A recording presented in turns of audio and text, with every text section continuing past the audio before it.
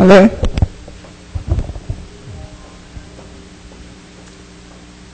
Complicou um pouquinho, né?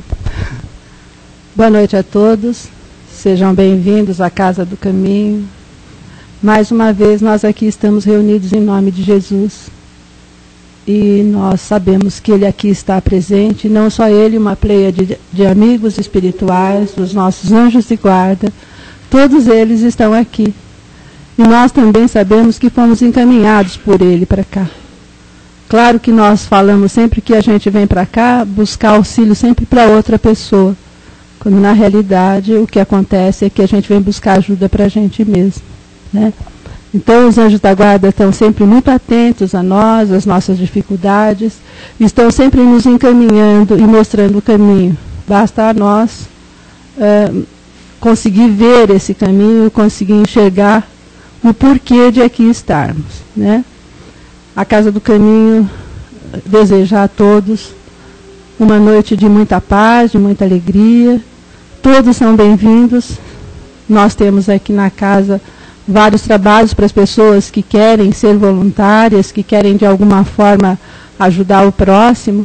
Nós estamos aqui de braços abertos para que isso aconteça. A casa tem um lado de assistência social e nós estamos sempre precisando de braços. Então é dando que se recebe, essa é uma de Jesus que falava, né? Vamos dar para que nós possamos receber. Vamos nesse instante então relaxando o nosso corpo físico, cerrando os nossos olhos, nos ligando com os nossos amigos espirituais, com os nossos anjos de guarda. E vamos pedir a eles a misericórdia de Deus, de Jesus, desses amigos espirituais, para que possamos receber aquilo que aqui viemos buscar. Vamos erguendo os nossos olhos até o Pai. Vamos depositando aos seus pés as nossas dificuldades, os nossos problemas.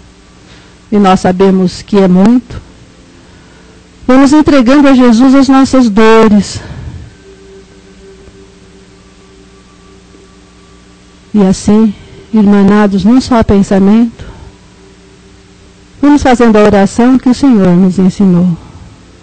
Pai nosso, que estás em toda parte, santificado, Senhor, seja o teu nome, venha a nós o teu reino, seja feita a sua vontade, assim na terra como em toda parte.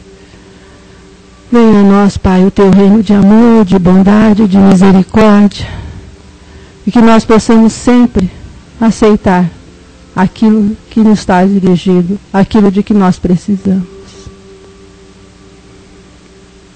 Graças a Deus. Vamos voltando ao nosso ambiente, envolvendo o nosso companheirinho Gessé, que vai falar sobre a dor hoje, né? Gessé, já esqueci aqui o tema. É a razão da dor, a razão de nós termos tantos problemas, tantas dores. Né? Tudo na vida é crescimento, inclusive a dor. Por isso nós vamos passar a palavra para o Gessé, que vai ter muito que nos ensinar. Obrigado.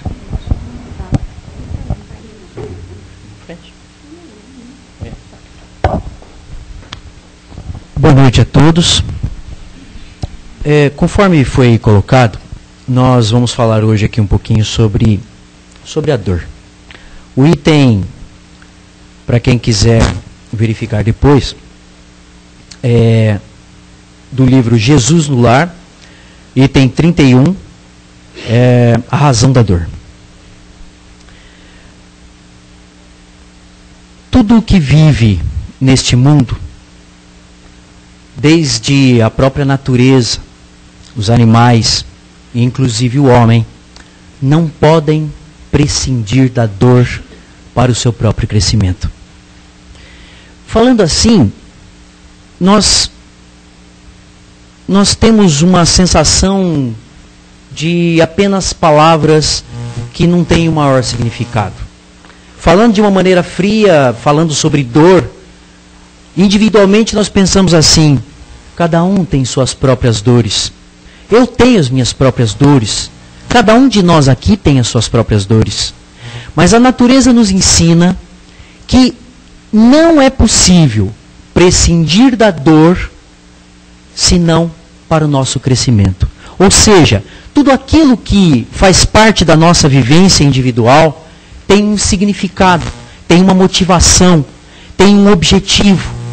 E para nós, seres humanos, que já conseguimos compreender a razão de determinadas coisas, a dor, ela é imprescindível. Tudo que vive neste mundo, na natureza, o animal, o homem, sofre. E todavia, o amor é lei universal.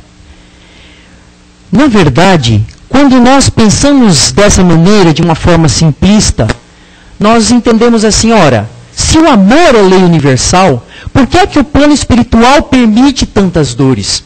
Inúmeros pensadores, ao longo de toda a história, já se depararam com essa aparente contradição. Se a lei que vige no universo é a lei do amor, por que é que existe tanta dor? Por que que ao longo da história nós vislumbramos tantas dores coletivas? E por que que eu, individualmente, tenho tantas dores individuais? Por que que eu não consigo compreender minhas próprias dores? Por que que eu tenho que o tempo inteiro enfrentar as minhas dores se eu não posso compreendê-las? Para enfrentar essas dores, é necessário compreendê-las. Os filósofos, os pensadores ao longo da história, vários pensadores, já pensaram essa aparente contradição. E aí, nós temos, no item 31, nós temos exatamente isto. Pensando acerca desta dor, no item 31, Raquel, amiga servidora da residência de Cusa, ergueu a voz para indagar do mestre por que motivo a dor se converteria em aflição nos caminhos do mundo. Não era o homem criação de Deus, diz aqui o item. Não dispõe a criatura do abençoado concurso dos anjos? Eles não são nossos ajudadores o tempo inteiro, nossos anjos da guarda, nossos protetores? Por que então eu sofro tanto? Por que eu tenho problemas tão terríveis? Jesus fitou na interlocutora o seu olhar firme e considerou: a razão da dor humana procede da proteção divina. Os povos são famílias de Deus que, à maneira de grandes rebanhos, são chamados ao aprisco do alto. A terra é o caminho. A luta que ensina e edifica é a marcha. Nós estamos, portanto, nesse caminho. A luta que nós enfrentamos todos os dias é a nossa marcha.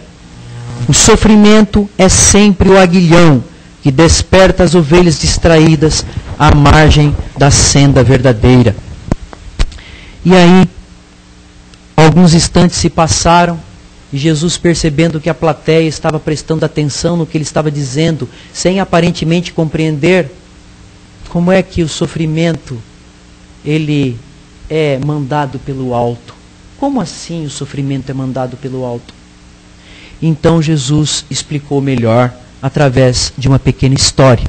E ele dizia assim: um anjo, por ordem do eterno Pai, tomou à própria conta um homem comum, uma pessoa como nós. E então esse anjo, o tempo inteiro, ensinou, após esse homem, após o nascimento, ensinou a alimentar-se, ensinou a mover os membros, ensinou a sorrir, como a própria humanidade. A humanidade, a gente, ao longo dos milênios, ao longo de milhões de anos, nós aprendemos, né, nessa evolução humana, uma série de coisas, até o sorriso. Hoje nós sabemos, os cientistas demonstram que o sorriso é aprendido. O sorriso não é algo genético. O sorriso é aprendido e é algo social. Nós aprendemos a sorrir quando lidamos com outras pessoas ao nosso redor. Né? Os animais, de uma maneira geral, não sabem sorrir. Isso é uma característica humana.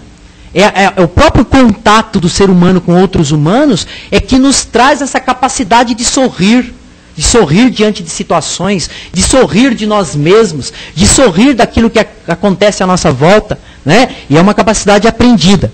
Esse anjo, então, ele pôs em torno desse homem esse cuidado e ensinou muitas coisas.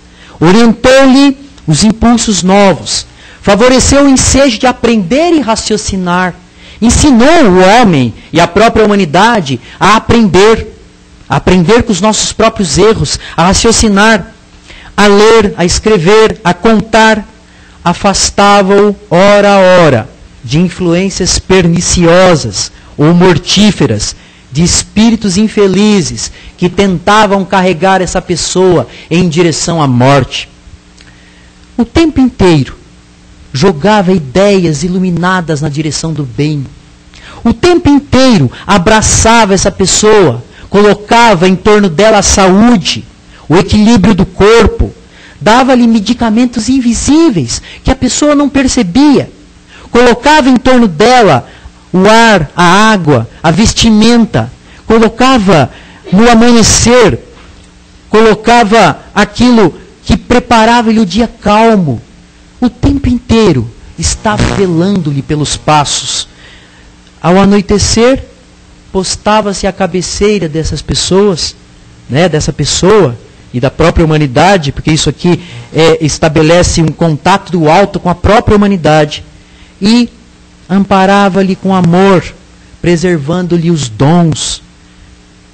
Gênios infernais que estavam ao seu lado eram afastados por esse anjo benfeitor, e o tempo inteiro insuflava a essa pessoa pensamentos na direção do bem e da luz. Selecionava emoções, amparava o entusiasmo dessa pessoa, colocava rumo à vida superior tudo o que ela precisava. E então, este homem nunca lembrava de agradecer. Quanto isso serve para cada um de nós? Saúde, o tempo inteiro o contato com as coisas boas, o tempo inteiro uma espécie de proteção infinita, que nós muitas vezes não sabemos de onde vem. Mesmo diante das lutas, mesmo diante dos problemas, nós sentimos que existe uma proteção que o tempo inteiro está conosco. Mas este homem, e a própria humanidade é colocada aqui como uma espécie de arremedo, este homem não lembrava de agradecer. Jamais se animou a estender tudo aquilo que ele tinha àqueles que estavam ao seu redor. Se era inteligente, não se animava a ajudar aqueles que estavam ao seu redor com uma inteligência mais parca. Se ele tinha cabedais materiais maiores que os outros, não se animava a repartir. Colocava simplesmente os cabedais materiais como algo que lhe era dado como um merecimento maior, fruto talvez das suas capacidades maiores em relação aos outros seres humanos. Quantas vezes nós não agimos assim? Aquilo que nos é dado pelo alto, como patrimônio da vida, é às vezes colocado como algo individual, que nós angariamos porque temos enorme capacidade. E aí, diante do primeiro desgosto que esse homem se colocou, ele revoltou e gesticulou de uma maneira pesada contra o alto. Primeira coisa, às vezes, que nós fazemos quando a vida nos coloca situações difíceis, é nós nos esquecermos que os grandes patrimônios do intelecto e da vida, os grandes patrimônios materiais que muitas vezes nós temos, eles nos foram dados por empréstimo pelo alto, e eles precisam ser cuidados e repartidos com aqueles que estão ao nosso redor. Muitas vezes, quando a gente se depara com decepções e problemas na nossa vida, nós nos esquecemos daqueles patrimônios que Deus nos colocou, e a primeira coisa que nós fazemos, muitas vezes, é gesticular contra o alto, ou fazer perguntas a Deus dizendo: eu não mereço isso. Por que é que isso está acontecendo comigo? Eu não busco o tempo inteiro compreender as coisas de Deus. Eu não busco o tempo inteiro estar a par com os meus amigos, com os meus companheiros, diante de coisas que me remetem ao alto. Eu não vou à igreja. Eu não vou aos domingos, aos sábados, à igreja. Eu não vou ao centro espírita, eu não tomo água de alguma maneira magnetizada. Eu não estou lá. E a gente o tempo inteiro começa a questionar os desígnios do alto. Muitas vezes, nós não entendemos o que acontece conosco. Nós não entendemos o que acontece na relação com os nossos familiares. Nós não entendemos muitas vezes o que acontece na nossa vida financeira. Nós não entendemos o que acontece na relação com o outro. Nós temos dificuldade de compreender essas coisas, porque, de fato, é muito difícil fazermos autoanálise. Nós somos muito bons para fazer análise de situações alheias. Sempre sabemos o que fazer em relação aos problemas alheios, mas dificilmente sabemos o que fazer com serenidade, tranquilidade e firmeza, o que fazer em relação aos problemas próprios. É mais difícil mesmo. Os nossos maiores inimigos somos nós mesmos. Então, quando esse homem aqui da nossa historieta que Jesus estava contando, experimentou o primeiro desgosto, ele fez o que fazemos nós, a humanidade. Gesticulamos contra o alto. Tentamos compreender as dores humanas, individuais ou coletivas, mas aí nós dizemos, não é possível. Como pode o amor de Deus permitir tantos problemas? A ONU estabeleceu agora, há pouco tempo atrás, de 6 bilhões de pessoas que vivem no planeta Terra hoje. 1 bilhão de pessoas estão em situação de miséria. 1/6 da população mundial está em situação de miséria. Às vezes a gente faz perguntas assim, quando a gente tenta, por que Deus permite essas coisas? Nós nos esquecemos muitas vezes que grande parte dos problemas humanos são resultado da nossa própria imperícia, da nossa própria falta de amor, de solidariedade, do nosso próprio egoísmo. Nós nos esquecemos que grande parte dos problemas que nós enfrentamos, sejam coletivamente, sejam individualmente, é resultado das nossas próprias escolhas.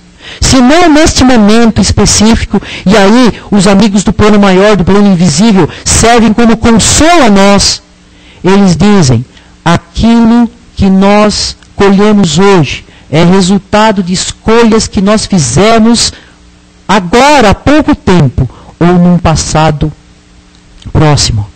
Nós estamos colhendo o que nós mesmos plantamos. A humanidade está diante de alguns desafios agora no século XXI.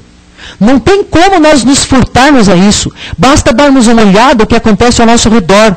Se nós tentamos fazer isso com um mínimo de razão, nós percebemos que lá na frente nós colheremos alguns problemas. Hoje mesmo, alguns cientistas falam sobre situações que a humanidade vai colher daqui a 50 anos, se nós não mudarmos os rumos.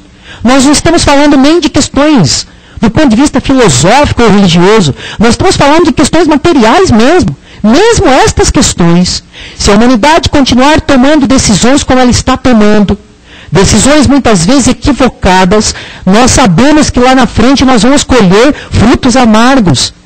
Mas a guinada, a mudança de direção nos planos coletivos humanos, elas são demoradas, elas são guinadas muito difíceis de serem dadas, porque elas esbarram nos interesses coletivos, nos interesses políticos coletivos, e também, quando trata-se de decisões individuais, esbarramos também nas questões individuais, nas escolhas que nós fazemos a cada momento.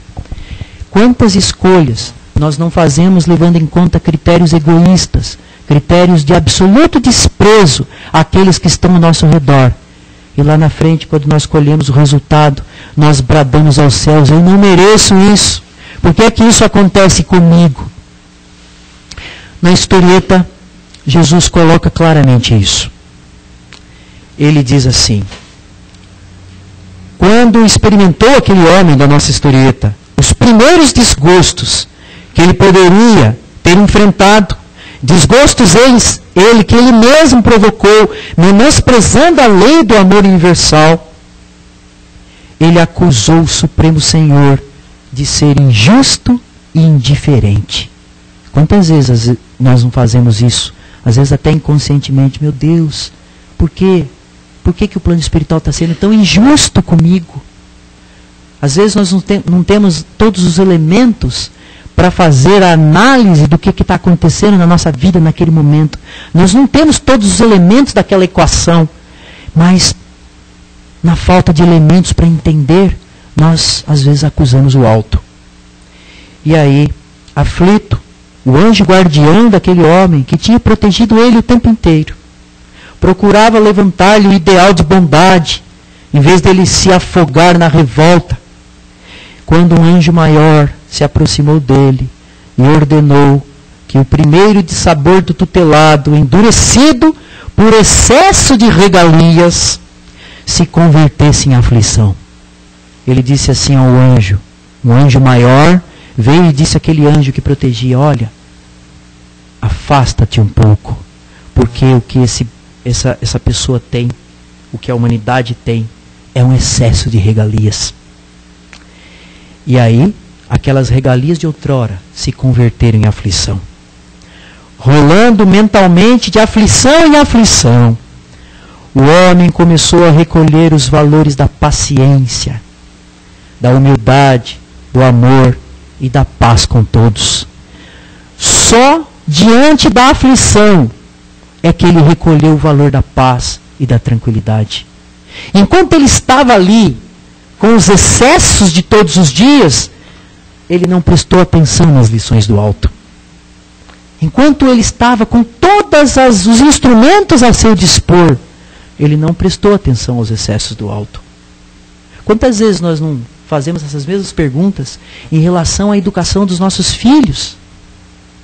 Nós somos os educandos do plano maior, mas nós também temos o papel de pais, de avós, de tios, de educadores também, de seres, de espíritos que reencarnam sob nossa própria responsabilidade. E nós sabemos, e agora não é nem só os amigos do plano espiritual que falam isso, os psicólogos, os especialistas em educação, o pessoal que trabalha com isso, eles colocam isso claramente. O excesso de cuidado, o excesso de regalias, o impedimento de enfrentamento do mundo vai gerar pessoas com problemas. Vai gerar pessoas que são incapazes de perceber o sofrimento do outro. Elas estão mais centradas no seu próprio umbigo. Elas estão mais centradas no seu próprio sofrimento e no seu próprio prazer. Prazer e sofrimento são faces da mesma moeda. Ambos são necessários para o crescimento das pessoas. Não é possível alguém crescer apenas através do prazer. Assim como também não é possível ninguém crescer apenas pela dor. Quando a gente fala da dor aqui, algumas pessoas entendem assim, os espíritas fazem apologia da dor. Os espíritas acham que dor a gente tem que endeusar a dor como algo que deve ser buscado. Não é isto, não é essa a ideia. A dor é instrumento para crescimento.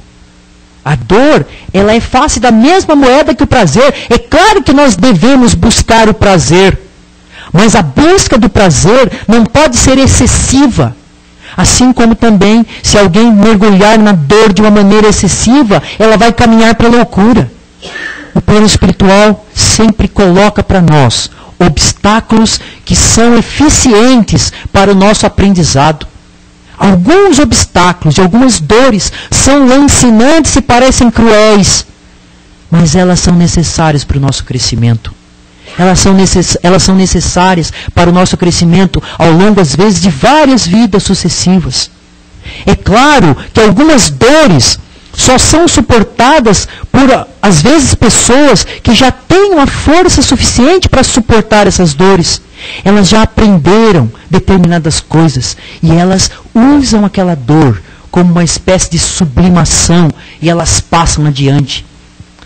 Não é possível construir os grandes exemplos da humanidade, que nós conhecemos, alguns deles, sem a dor. O próprio Jesus, a lição maior de Jesus, e ele que veio como o maior exemplo que a humanidade já conheceu.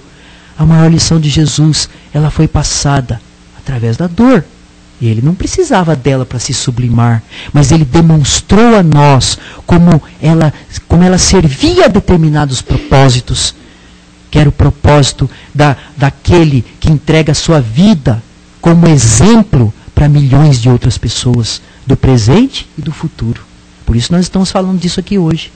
Também é verdade que todos os grandes vencedores, que às vezes a gente está acostumado a ver pessoas que conseguem atingir determinados patamares da fama, do sucesso, que conseguem às vezes passar determinadas lições através de sua vida, mas nós vemos apenas uma casca do que é aquela personalidade. Mas nós não sabemos as dores lancinantes que estão por trás daquela historieta que às vezes está na mídia. Nós não sabemos. Nós desconhecemos muitas vezes. Aqueles que aparecem como grandes vencedores, nós desconhecemos muitas vezes a luta, o esforço para que ela se tornasse aquele vencedor. Tem a história, eu estava lendo aqui um livro há pouco tempo atrás, só para a gente encerrar isso aqui. O Augusto Cury hoje está vendendo vários, ele não é espírita, né? Ele é da área de psicologia, é um médico psiquiatra, que hoje está vendendo vários livros aí, falando sobre questões relacionadas a amor, a ódio, a enfrentamento da vida. Ele tem vários livros nesse sentido. Para falar a verdade, durante muito tempo eu achei que as obras dele eu até tinha um certo preconceito em relação às obras dele, porque eu achava que as obras dele eram água com açúcar, né, entre aspas, eram autoajuda do tipo... O fato é que eu tinha um certo preconceito contra a obra dele. Eu não conhecia, mas durante um certo tempo eu rejeitava. Sabe assim, um livro que não tinha nada contra, mas não tinha nada a favor. Então, eu olhava nas livrarias e verificava lá a obra lá, e olhava e falava, bom, né, não era a minha prioridade de leitura, e eu deixava lá. Mas aí um dia, a minha esposa chegou com um livro desse em casa, e eu comecei a folhear, e aí algumas coisas começaram a me interessar, e bom, eu li esse livrinho aqui, acho que eu li em 2 dias. Mas assim, o que ele estava trabalhando? Ele trabalha com isso, com fracassos, com sonhos, que é a luta de todos nós. E só que ele não tem fundamentação religiosa. A fundamentação dele é psicologia, psiquiatria, problemas problemas que assolam todos nós, felicidade, fracasso. E aí ele coloca nos livros dele, e essa parte me chamou muita atenção, e até vou ler algumas outras obras dele, porque ele se interessou, ele que era um ateu, alguém voltado para a ciência, durante toda a vida dele um ateu, ele começou a se interessar pela personalidade do Cristo. Ele começou a pensar assim, o que aconteceria se eu utilizasse os métodos da psicanálise e da psicologia para analisar a personalidade de Jesus? O que eu encontraria? Como eu poderia levantar os dados da psicologia, da personalidade de Jesus? O que eu encontraria por trás de uma análise como essa?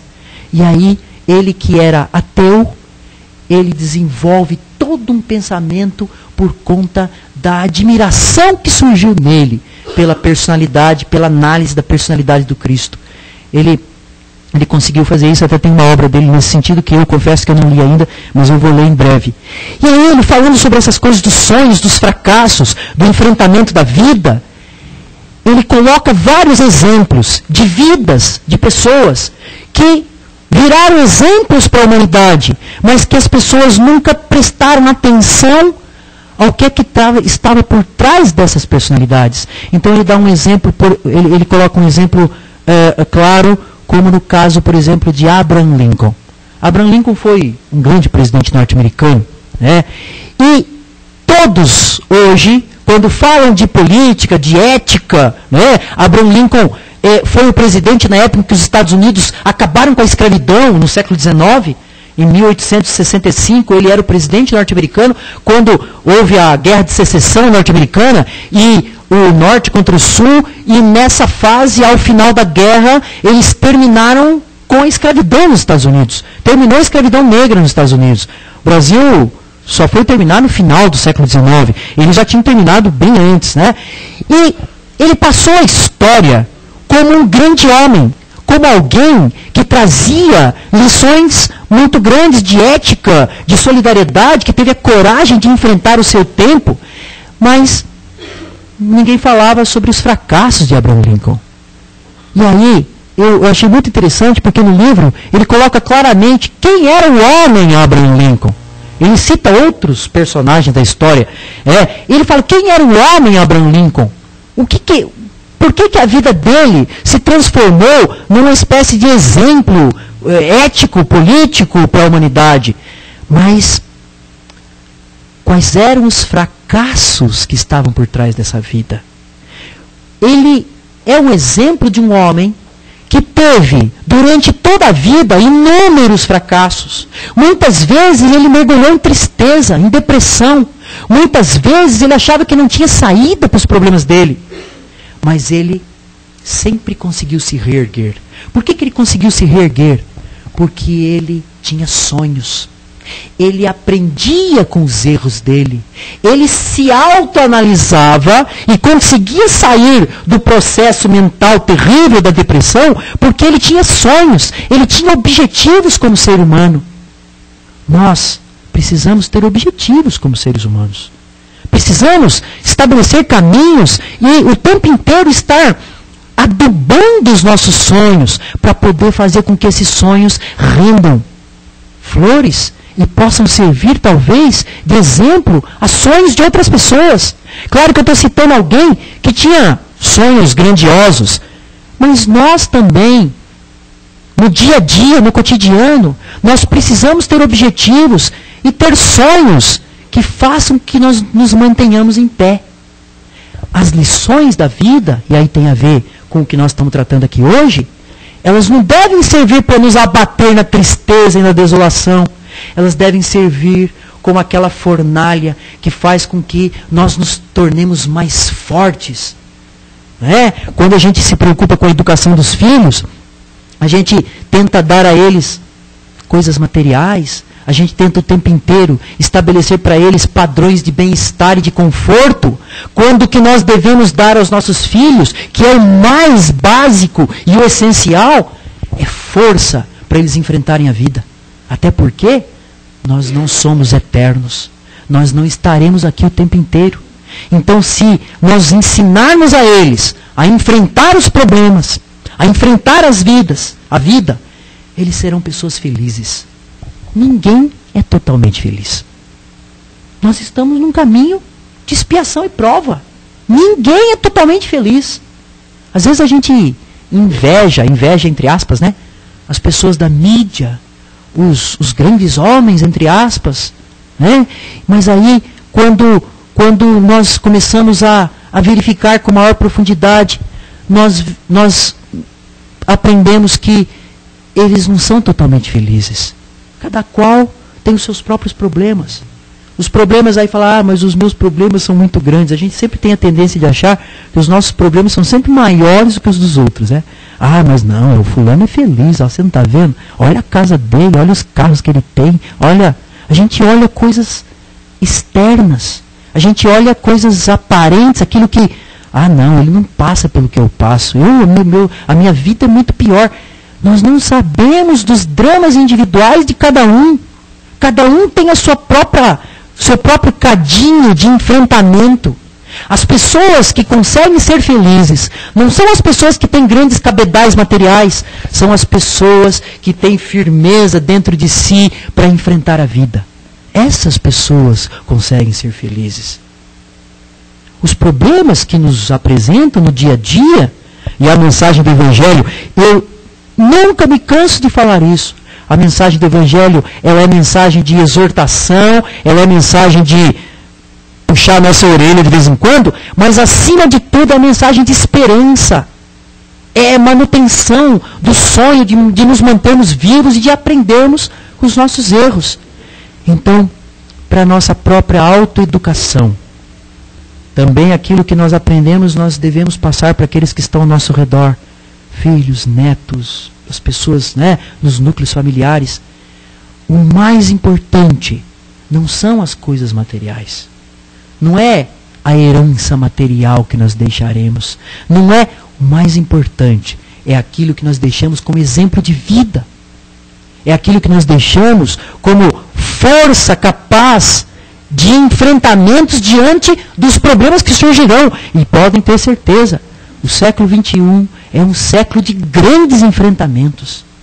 Não dá para nós nos esquecermos disso. O século XXI é um século de mudança para a história humana. Nós estamos num processo de fornalha terrível. Toda fornalha, ela vai queimar, mas ao final ela vai tirar dali coisas mais preciosas. Tudo aquilo que for excesso, tudo aquilo que for impureza, vai ser queimada pelo fogo.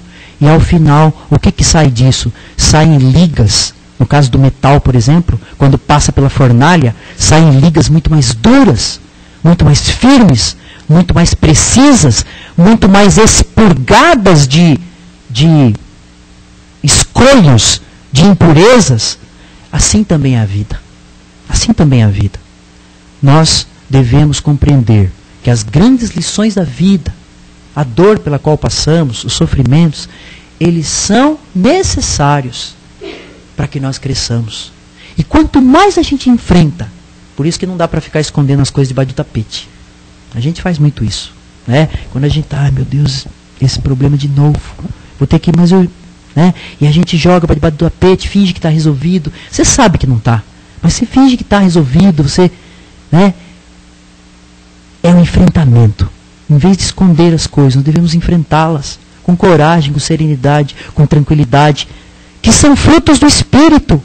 Eles colocam ali, né, a historieta de Jesus coloca isso claramente, são frutos do Espírito. Os frutos do Espírito, paciência, resignação, temperança, mansidão. Ah, meu Deus, mas então o tempo inteiro eu tenho que ser calmo. Ninguém é estável. Só uma máquina é fria e estável o tempo inteiro. Nós o tempo inteiro variamos, a nossa psique, as nossas emoções são variáveis. Mas nós devemos começar a controlá-las.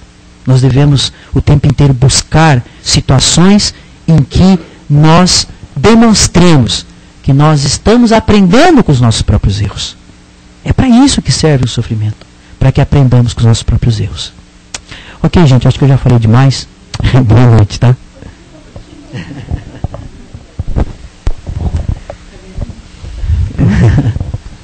Vamos lá, gente. Alguém tem alguma dúvida, alguma pergunta, algum questionamento? Comentário para a gente conversar.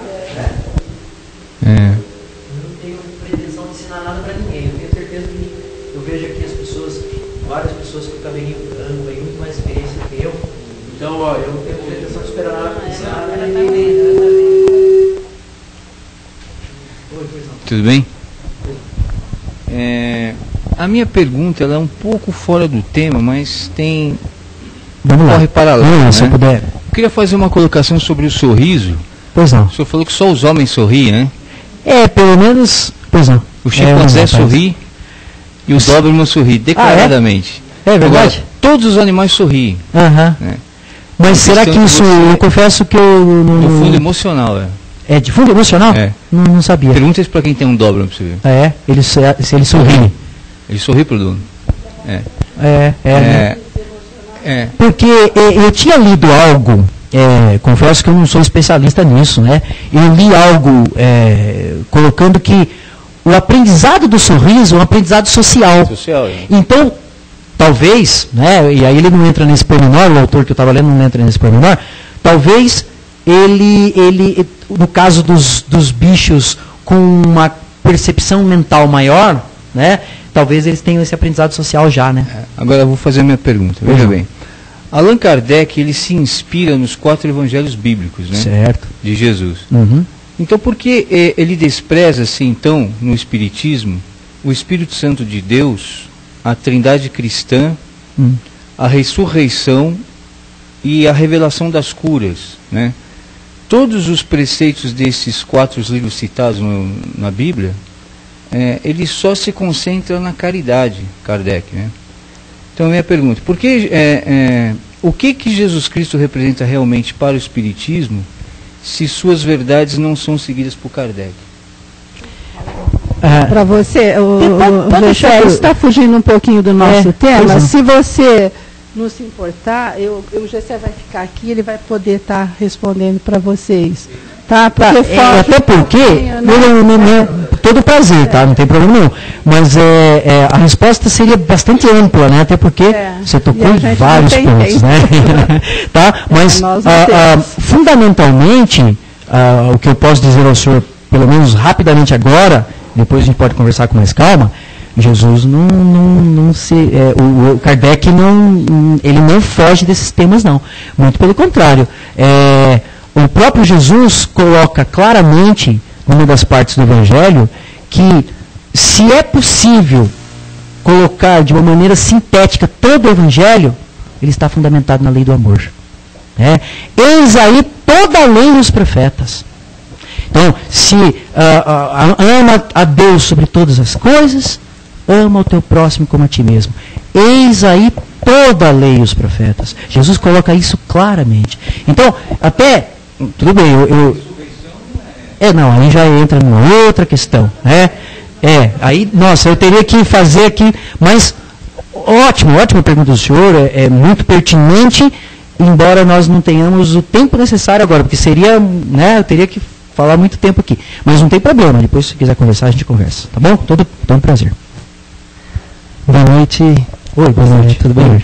Eu achei assim, importante, até bonito se você pudesse explicar um pouquinho melhor pra gente, o paralelo que a gente faz, né? Assim, porque o Espiritismo em si, ele além de religião, ele é uma filosofia de vida, né? Que a gente tem que, de certa forma, seguir, pregar, tem um lado religioso.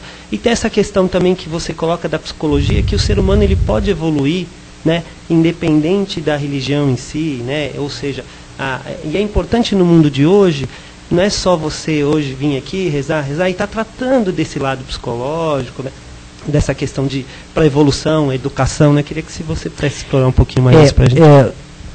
Na verdade, todo conhecimento ele é importante para o nosso crescimento. Então, não adianta nada nós abraçarmos determinadas religiões, né, no sentido religioso amplo, e não aplicarmos a essência dessa religião, qualquer que ela seja, à nossa vida. Então, se nós verificarmos o que acontece com a vida pessoal, com a vida de qualquer pessoa, nós verificaremos que essa vida ela é cheia de erros e de acertos. Então, todo conhecimento, e normalmente nós às vezes restringimos o nosso conhecimento a determinados focos. Então, você abraça determinada religião e aí você não lê mais nada, você só lê coisas relacionadas a essa religião. Isso faz com que nós nos apequenemos. Não adianta nada nós ficarmos buscando a essência do Evangelho em locais. A essência do Evangelho, a lei do amor, que rege todo ser vivo, ela não está na religiosidade. Ela está naquilo que nós conseguimos aplicar à nossa vida pessoal. E é claro que se nós aplicamos à nossa vida pessoal, isso também vai refletir ao nosso redor e também algumas questões coletivas acabam sendo atingidas por esse comportamento. Então, todo abraçar religioso baseado em locais, paredes, instituições, ele se revela falso, porque ele não vai transformar a vida de ninguém. É um erro muito comum de nós todos, a gente procurar respostas para o nosso eu em locais. Você não vai achar resposta em locais. Jesus ensinava, o reino de Deus está dentro de vós. Você não vai achar isso em locais. Não vai estar em paredes, não vai estar em imagens, não vai estar em pessoas. A construção do que nós precisamos para a humanidade, ela perpassa por todos e ela está dentro de cada um.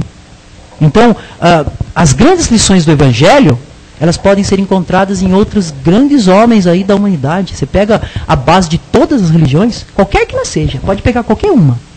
As grandes religiões, aquelas que tentam focar o crescimento humano, a base é sempre a mesma. Pode pegar. Você pega o hinduísmo, você pega o budismo, você pega... A base é a mesma. Né? Aí, o que nós fazemos? Por questões sectárias, por questões religiosas, por questões de domínio, de poder político, nós estabelecemos diferenciação nos detalhes. E aí a gente tenta colocar uma coisa contra a outra. Nossa, quantas mortes não ocorreram ao longo da história por conta desse tipo de postura. Né? Então, o aprendizado maior é um aprendizado em relação da relação pessoa a pessoa e das próprias coletividades. A essência está aí para todos. Nós já temos grandes pensadores e grandes enviados do alto, não só Jesus, trouxeram várias lições para a humanidade, mas nós insistimos em enxergá-las de uma maneira míope, insistimos em enxergar de uma maneira embaçada, e aí abraçamos determinados preceitos como se fosse a verdade absoluta. Toda verdade absoluta é louca. Toda verdade absoluta produz morte, não produz coisas boas. Então, a gente precisa compreender isso. Né? Eu acho que... Né? Então, eu acho que seria aliar a fé, né? Que a fé é sentida, e aliar o conhecimento, o autoconhecimento, se você conseguir aliar esse sentimento, porque a gente se preocupa às vezes não para ter conhecimento, e às vezes o conhecimento fica faltado na figura. Não serve para nada. Ele tem que aliar conhecimento à fé. É verdade. É verdade. Senão o conhecimento fica perdido, né? Para que serve? Para que servem grandes obras empoeirando numa prateleira? Ela só serve se ela puder ser estendida a todos, ao maior número possível de pessoas. E ele... É verdade, é isso mesmo. A religião é a primeira no ranking de morte no mundo. Para a gente ter uma ideia, isso é pesquisa, não minha, pesquisa de grandes homens, a religião é a que mais mata. Né? A gente pensa que não, mas é a religião que mais mata. Né? E eu sempre falo que Leon Denis dizia uma coisa muito importante: tendes por templo o universo, por altar a consciência e por imagem Deus. Eu acho que isso resume assim, né? Por altar a consciência. Por altar a consciência. Não adianta aprender muito, porque não é o muito aprender, ou muito ler, ou muito estudar que vai fazer com que a gente mude. A gente precisa querer mudar, precisa sentir esse amor, precisa saber que a dor não é eterna. A dor é como dor de dente. Dói, você parece que está no inferno, e de repente ela passa assim. Nós não teríamos condições, eu acho, de aguentar grandes dores. Nós achamos que as dores são grandes no momento em que estamos lá com a dor de dente. São grandes, né? Na hora que a gente está com a dor de dente, ela é horrível, terrível, mas ela passa. E esses são os infernos, né? Que nós temos que passar. Porque o inferno é aqui. Então a gente passa por essas dores para ter esse próprio inferno. E por culpa da gente, né? Que como o Gessé colocou muito bem, nós cerceamos os nossos filhos, né, ou as pessoas queridas, e depois quando eles debandam ou vão para um caminho, a gente acha que foi Deus. Mais fácil. Então, Gessé, tem o livro Espírito Verdade de Emmanuel, Espírito da Verdade de Emmanuel, tem uma passagem do Bezerra que fala no final, ele fala sobre a cultura, né, as pessoas que se procuram muito a cultura, que a cultura sem ação ela é egoísta, né? E no final ele fala assim: vamos lembrar do nosso grande codificador Kardec, que fala... Pega para mim, por favor. Tá. Que fala, ele está falando sobre a caridade, né? Que a passagem de Jesus, quando passou pela terra, que ele sofreu e mostrou para a humanidade o quanto ele sofreu, né? Então ele fala assim, o que resume toda a grandiosidade de Jesus é que sem Jesus, sem evangelho no coração, nós não somos nada mesmo. Então vamos lembrar que Kardec falou isso, né? A solução de tudo está em Jesus. A base, né? A base. É verdade. Né? Ele nem falou da caridade. Ele próprio se colocava como servo menor. Kardec falou isso no evangelho dele. É verdade. Que Jesus era a solução para todos os problemas. Então a gente baseia assim nisso. Fora da caridade não há salvação, fora de Jesus não há salvação. É verdade. Mais alguém? Pois não. Que que a dor é um obstáculo que nós não conseguimos ainda suplantar? Para o nosso atual estágio evolutivo, as dores ainda são obstáculos muito grandes, né? É claro que na medida em que nós evoluímos, que nós crescemos, aquilo que antes parecia um obstáculo intransponível, mais adiante já não é mais, porque você evoluiu, você se agigantou diante do obstáculo. Então, não é que o problema diminuiu ou desapareceu, você que está maior do que o problema. E antes não, você se fortaleceu. Antes não, antes você era menor, o problema parecia gigantesco. E você não conseguia encará-lo, você se desesperava. Né? Nossa, todos nós passamos por isso, o tempo inteiro. E nas várias vidas sucessivas, quando você tem condição de depois, quando você já cresceu, olhar para os problemas que você enfrentou lá atrás, né? Os amigos espirituais ensinam que você olha e diz assim, olha, puxa vida, aqueles caminhos que me pareciam tão intransponíveis, hoje, olhando do alto, eles parecem simples cercas pequenas. Né? Então é verdade, eu concordo com o senhor. No momento que nós estamos vivendo o problema, ele parece muito grande. Ele parece intransponível. Por isso que a gente tem que perseverar nesses momentos. Na oração, na fé. Né? Aí, diante dessas situações, muitas vezes não adianta só o conhecimento. As pessoas que só têm o conhecimento, diante de problemas muito grandes, que precisa de fé, precisa de amor, precisa de manter os seus sonhos, às vezes elas capotam. Capotam feio. Né? Porque o conhecimento apenas, ele não vai resolver. Ele não te dá a força necessária. Por isso que Jesus, às vezes você percebe pessoas que têm pouco conhecimento intelectual e que são uma força muito grande. Você fica olhando e você fala, essa pessoa é muito maior que eu. Ela enfrenta problemas, enfrentou às vezes a vida inteira e está lá firme, forte, 80, 90 anos, e você ainda aprende com a pessoa. Se você for conversar com essa pessoa de questões intelectuais, ela sabe menos que você. Mas sobre a vida, ela sabe muito mais. Você tem que prestar atenção nessas pessoas. Porque elas te ensinam coisas que professores não vão te ensinar. Não, que isso? Aí você fica olhando, mas como que o senhor conseguiu enfrentar isso? Não, filho, olha, foi assim, não foi fácil, foi tal, mas aí... E aí você tem que prestar atenção nessas pessoas.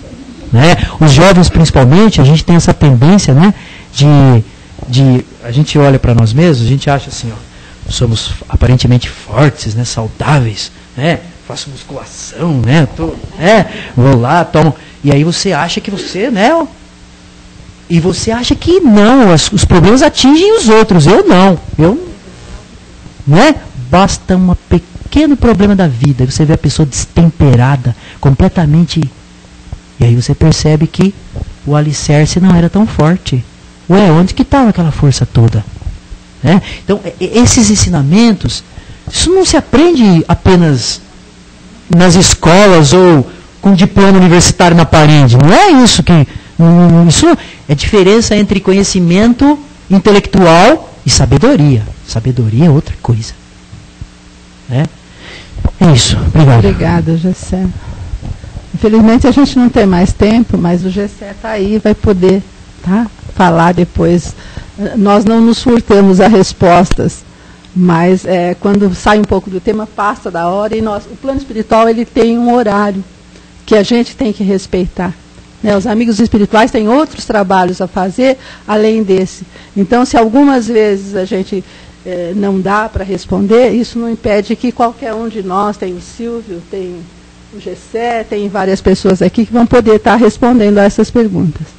Tá? E até agora nós recebemos muito, né? Todos nós recebemos, aprendemos.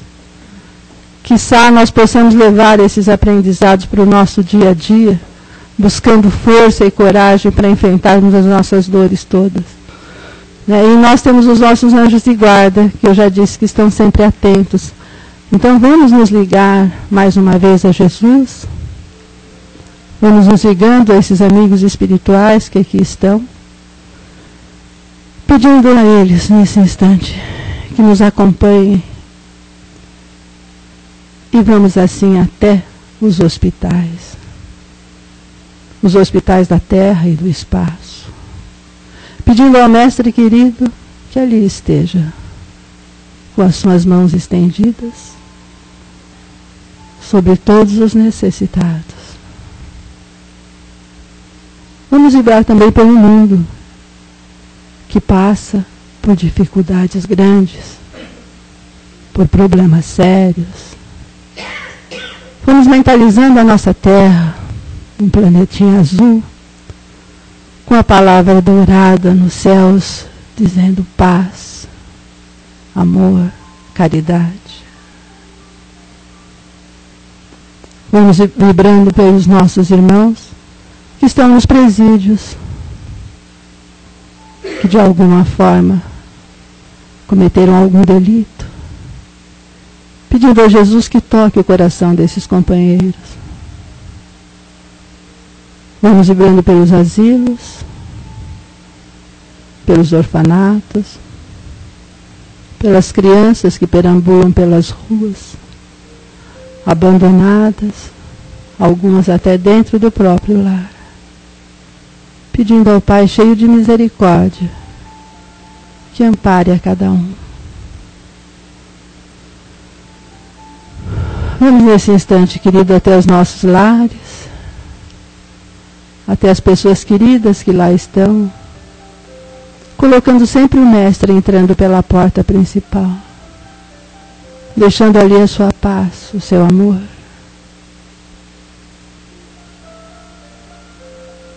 Vamos deixando uma vibração em branco no meio do salão, para que esses amigos espirituais possam levar onde se fizer necessário. E nesse instante nós vamos vibrar por nós mesmos. Vamos pedindo a Jesus que nos dê força, que nos dê coragem para enfrentarmos todas as dores que estão no nosso caminho. Que nós possamos ser fortes o suficiente na nossa fé, no nosso amor.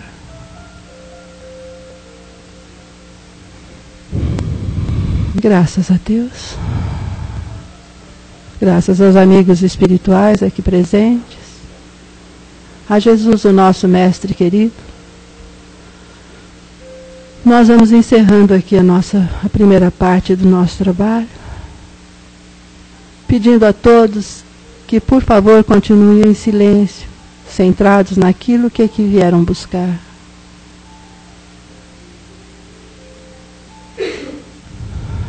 Que Jesus nos abençoe, que abençoe a todos os que aqui estão, encarnados e desencarnados. Muito obrigada a todos.